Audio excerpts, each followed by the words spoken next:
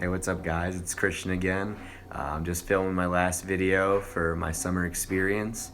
So the purpose of this video, I'm just gonna kind of talk about my transitioning back here into the States and why you should study abroad if you're, kind of on the fence about it. So I've been back for I've been back 2 weeks now. Hard to believe. It's gone by so quick.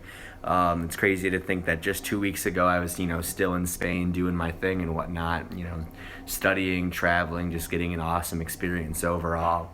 I think the biggest killer about coming back was probably the time change.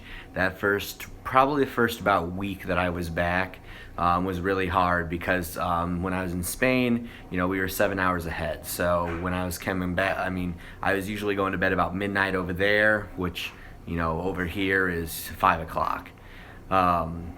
So that was definitely a big issue, being able to, adjust back into my normal sleep patterns. But 2 weeks in, we're all good, so no worries there.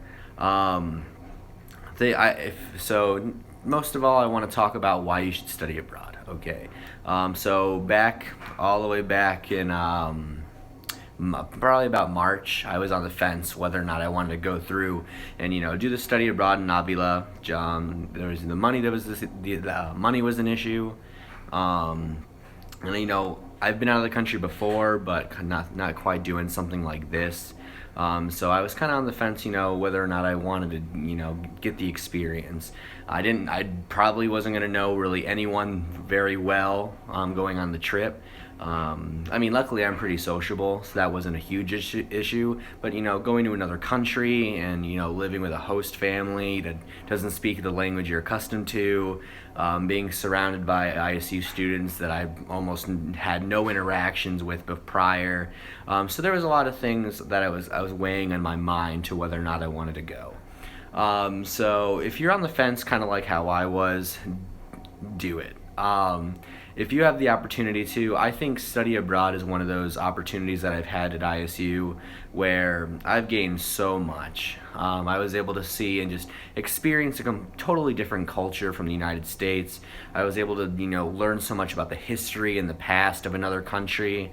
In Spain, they have architecture, walls, buildings, churches, cathedrals that are at least 1,000 years old, and in the United States, having it only been discovered in 1492 with Christopher Columbus, and then with the settling of the colonies and whatnot, America relatively isn't that old. So being able to go to Spain and just immerse myself in that culture was amazing opportunity, and to be able to go with 19 other ISU students, have it be faculty led.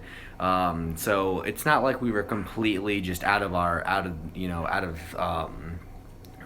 element, so to speak.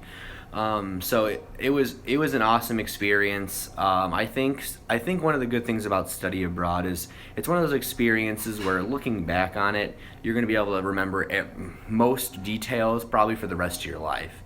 In the 2 weeks that I've been back, I've brought up so many things in just conversation, in my experiences in Spain, and just being able to share that with people, I think is really awesome because I'm able to keep reliving my experiences that I had in Spain.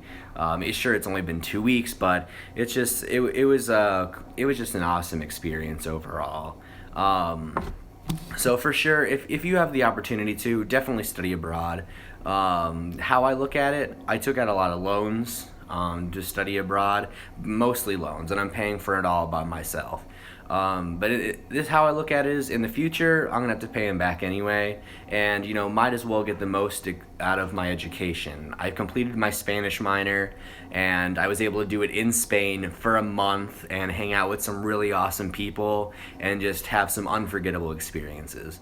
So if you're kind of, like I said, if you're kind of on the fence like I was, whether you're trying to finish a minor, just get some gen eds out of the way, I would definitely recommend studying abroad because it changed my life for the better, and it's one of those experiences, like I said, that I'll never forget. So that kind of wraps up this video. I hope you guys enjoyed, my relatively short coverage of my experiences in Avila, and if you have any questions, feel free to get in contact with Study Abroad, and they could probably send you my information via email or whatnot, and I'd be more than happy to answer any questions. So stay classy, my friends.